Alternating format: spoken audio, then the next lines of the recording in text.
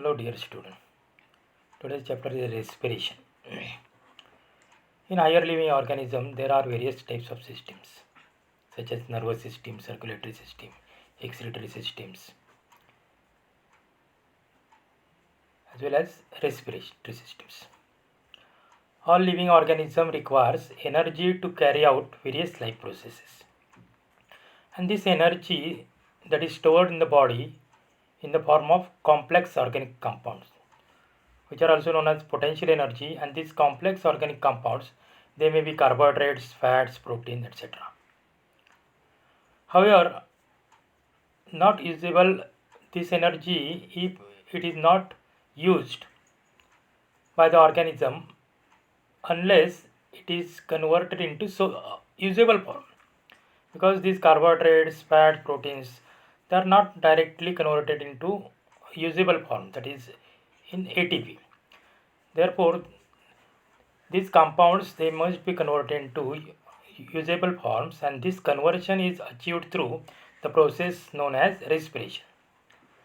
Respiration is a biochemical process of oxidation of organic compounds, that is carbohydrate, protein, fats, in orderly manner for the liberation of chemical energy, and the usable form of chemical energy is ATP.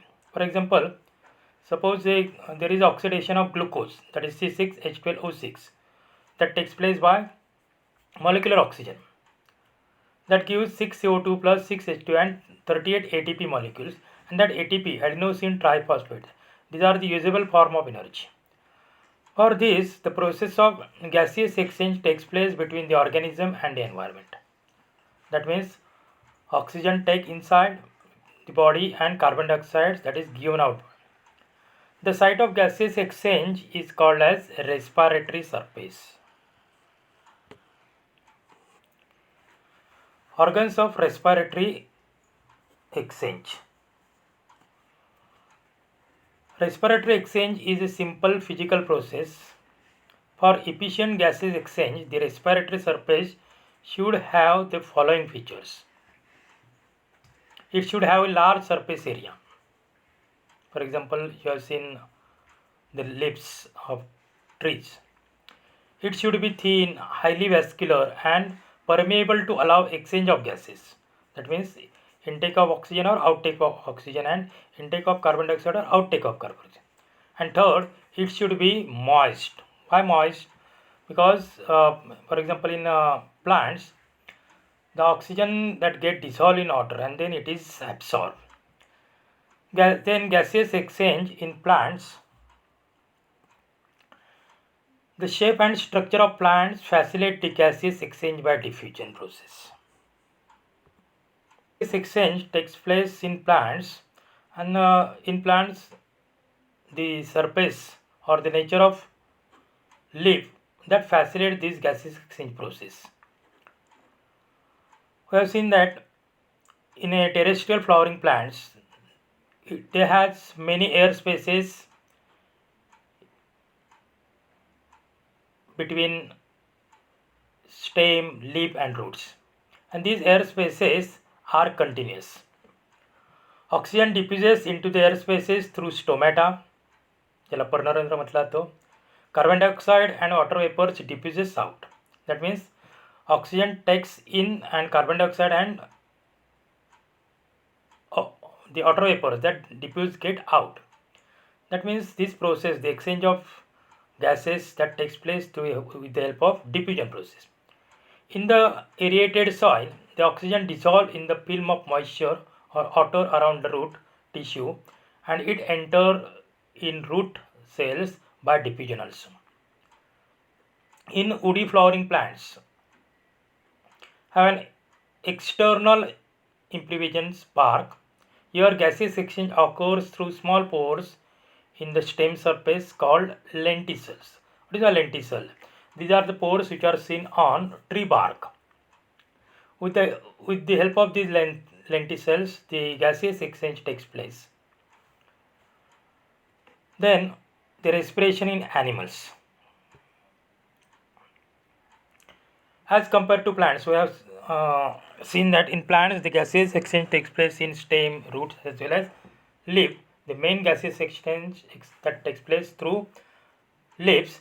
Then in animals, as compared to plants, animals show wide variety of respiratory surface or organs. That means for respirations, there are various types of organs that are present in various types of organisms. The respiratory surface differ in various animals. In animals, depending upon the complexity of organization and the surrounding medium, certain parts of the body have become specialized into different types of respiratory. That means these organisms, they may be living in water, they may be living on land, or they may be living on trees, or they may be living in air. According to their surrounding, they have some special types of organs for the purpose of respirations. In higher animals, these respiratory organs are also associated with transport system. For example, the organisms like protists, sponges and coelentrates, because these are aquatic, that means they are living in water, and their respiratory surface is plasma membrane. Through the plasma membrane, the gaseous exchange takes place. Then organisms like flatworms, such as Planaria, then annelids, earthworm, nereis, leech, etc., or amphibians, frogs, they are aquatic as well as terrestrial. That means they are amphibians nature.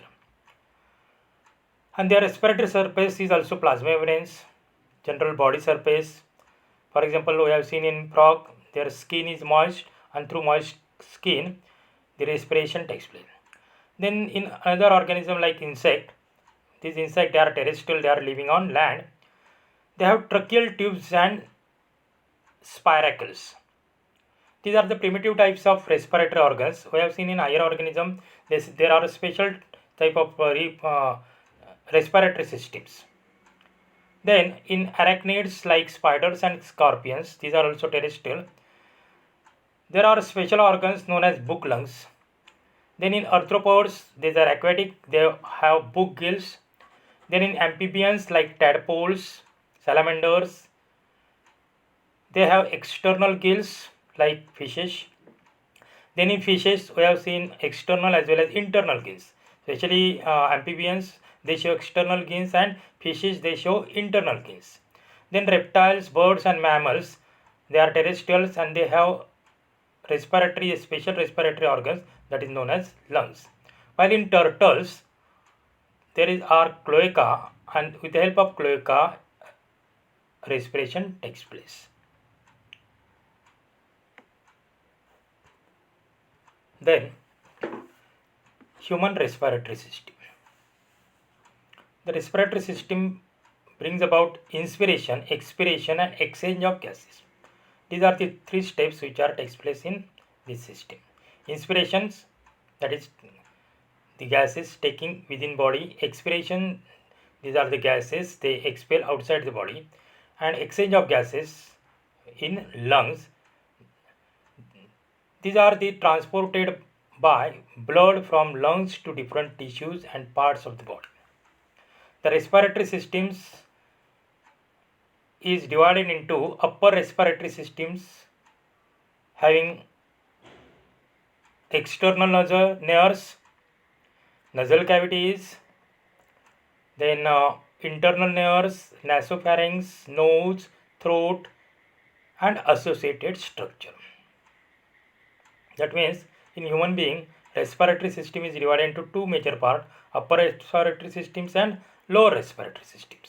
In upper respiratory system, we have seen that there is external nares, nasal cavities, internal nares, nasopharynx, throat and associated organs.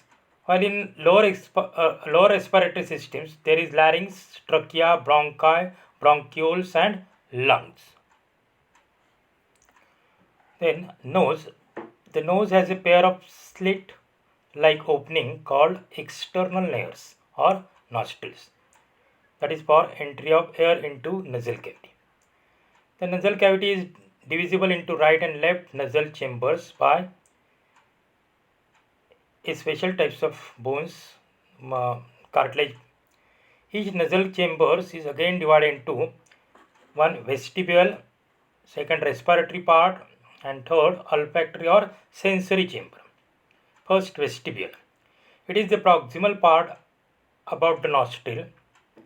Its skin has hair for filtering the air and trapping the dust suspended particle in inhalated airs. There are so many types of microorganisms, then particles they are present in air. When we breathe in, what happens? These particles they are also inhaled. But the hairs which are present in vestibules they prevent the further entry of these particles. Then second part, respiratory part, that is also known as conditioner. The middle thin or highly vascular part for warming and moistening the inhaled air. And the third one, that is olfactory or sensory chamber, that is the uppermost part and that is lined by olfactory epithelium for detection of smell. Nose is one of the sense organs. We can detect smell with the help of nose. Then pharynx. It is divisible into three parts. The nasopharynx, it is the uppermost part from the nasal chamber and it leads into oropharynx, that is a common passage for food and air. And that continues below as a laryngopharynx. Between the nasopharynx and oropharynx, it is the palate bone. Between the nasopharynx and oropharynx is the palate bone, and the pharynx has a set of lymphoid organs called tonsil. These tonsils they have very important roles in our immune system, but sometimes these tonsils they get there is inflammations or infection in tonsils, and sometimes these tonsils they are removed. Then the second part, that is larynx. It is called wise box or it is also known as Adam's apple. It is the part of the respiratory tract which contains vocal cords for production of sound. The sound during speaking that is produced with the help of these vocal cords. The larynx extends from the laryngopharynx and the hyoid bones to the trachea. It is hollow tubular structure. Its all is made up of cartilage plate held by membranous and muscles. Internally, it is lined by a pair of folds of elastic vocal cords. Voice is produced by passage of air between the vocal cords and modulations created by the tongue, teeth, lips, and nasal cavity. The larynx opens into the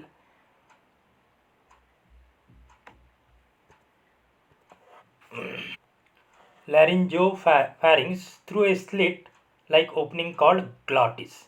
And this opening of the trachea or windpipe is guarded by a leaf like flap called epiglottis.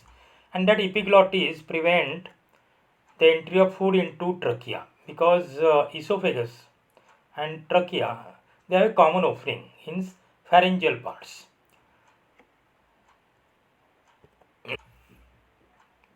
Then trachea, it is also known as windpipe.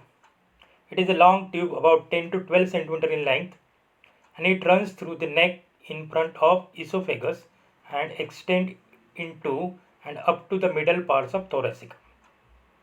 Our trunk is divided into upper thorax and lower abdomen by diaphragms. It is supported by C-shaped 16 to 20 rings of cartilage which prevent the collapse of trachea. It is lined internally with ciliated pseudodorsifid epitheliums and mucous glands that trap the unwanted particles which are entered through nose, nostrils, preventing their entry into lungs.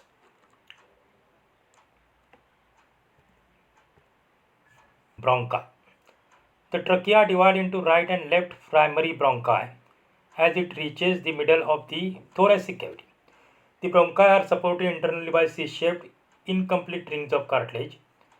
The primary bronchi again divided into secondary and tertiary bronchi that leads into terminal bronchioles ending into alveoli. Then lungs. These are the main respiratory organs of humans.